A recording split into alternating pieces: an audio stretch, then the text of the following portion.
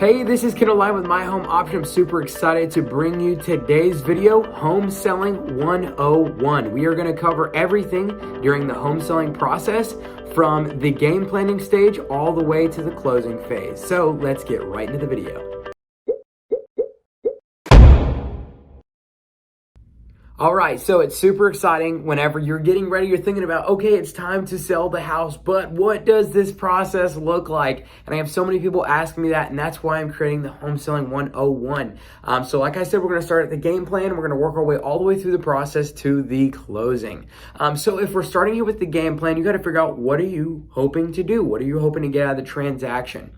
The first thing that a lot of people are gonna be thinking about is, do you want to work with a realtor or are you hoping to do this all on your own as a for sale by owner? Now, I will let you know that most of the time you're going to see a higher amount that you're going to get on that sales price. If you're working with a realtor, you're going to end up usually making more dollars during the transaction working with a realtor, even though you're paying that fee. So I will tell you that. I'm not telling you which way you have to go, but you know, that is kind of thing. They also make the process way easier if you're working with an A+ realtor. And you know, I had a realtor one time give me this analogy. I thought it was fantastic. He said, you wouldn't go to court without a lawyer. Why go to the market without an agent? And I thought, you know, you're right. I wouldn't go to court without a lawyer. So why would I go to the market without an agent? But that's all I'm going to say on that. When you're moving forward in the game plan from that phase, you need to understand your timeline that you're hoping to achieve. You got to really also understand your overall goals for the transaction. And then if you're working with a realtor, they're going to complete a comparative market analysis.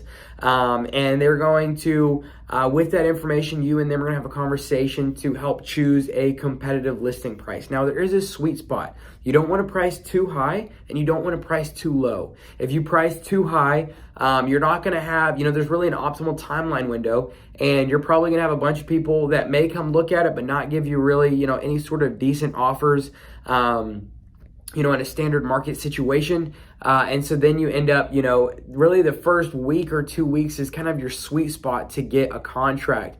Once a house goes over that, people start kind of wondering, what's wrong with that house? Why has nobody been making an offer? So that's why it's important to price right. You don't want to out time yourself on that market with too high of a price. But then you also don't want to go too low where people are thinking, wow, that house must be in rough shape because it's underpriced. It's just kind of a mental game. So you got to make sure you get that pricing right.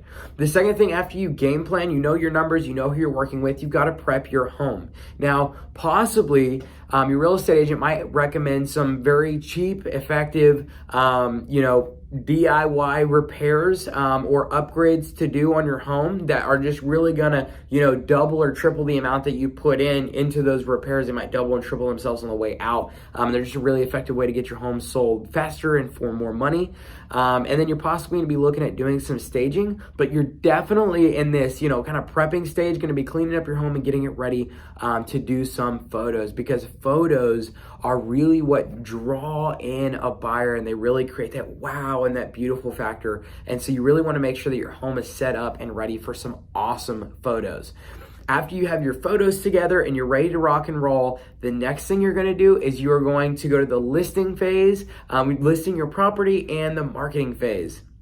So the first thing, that if you're working with a real estate agent, you're going to get access to the multiple listing services, something that you absolutely there's no way to get access to this as a for sale by owner. And so you are going to be able to access this MLS service. They're going to put it on there, and that's for every agent can see what is on there. And then usually that links to other big websites that, you know, push the information of your property out there to a lot of buyers so they can see it. And then for advertising, you know, some real estate agents, they're going to be doing some local mailers. Some do social media stuff. Some are going to host an open house.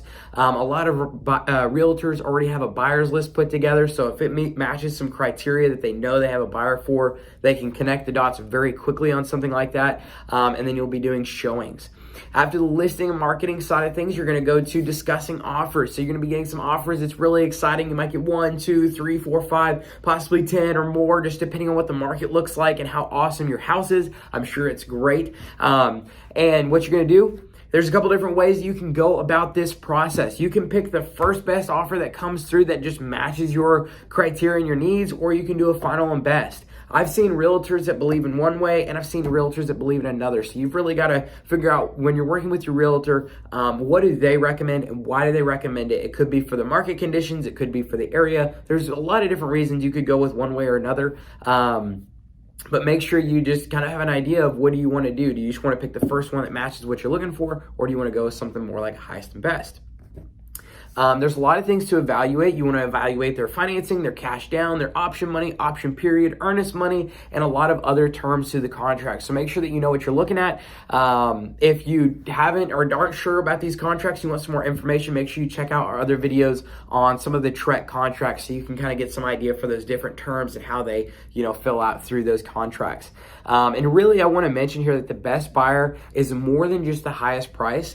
But it's really the buyer that's most likely to close and giving you the best terms, the best deal overall. And this is one of the areas that I cannot tell you how invaluable a real estate agent is for sifting through the different offers and telling you, hey, even though this one's really high, they're probably not going to be able to close, but this one's a little bit lower. They will be able to close. And, that's just something that you just see from, hey, I've done so many transactions. I recognize who's going to be able to close and who's not going to be able to close. After you pick an offer, you're going to move into the option period. During the option period, usually one of the biggest things that's going to happen is the inspection is going to happen. The inspector is going to come back with a super long list every single time. They get paid to find everything. If they came back and said there was nothing wrong with the house, they wouldn't be doing their job. They're going to come back with a super long list, and then usually the buyers are going to say, hey, we need some of these repairs done, or we need some money back. Or you're going to have to negotiate from that point what you want to do and what makes sense. After the option period is over and you've agreed on your inspections, you've made repair amendment or anything like that, you're kind of then at that point just waiting for the title work to get done and the appraisal. Now, you need to make sure you have a game plan for if your home does not meet the appraisal value at which they said they were going to buy at. You've got to just make sure you understand what's going to happen next.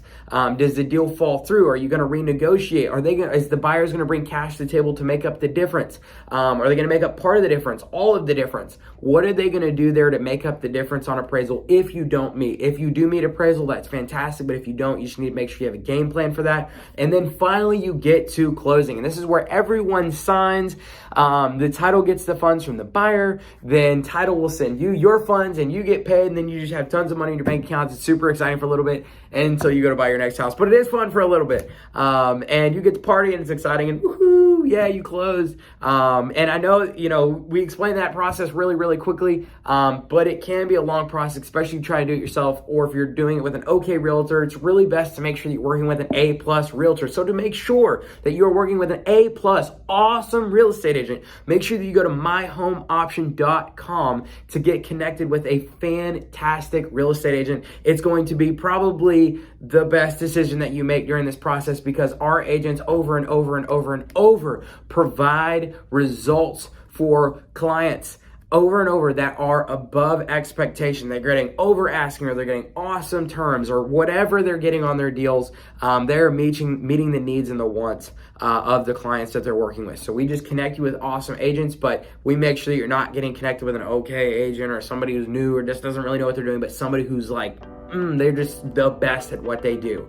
And then also, for more videos on your options in all areas of selling or refinancing, make sure that you go check out our channel and subscribe. And with that said, we will see you on the next video.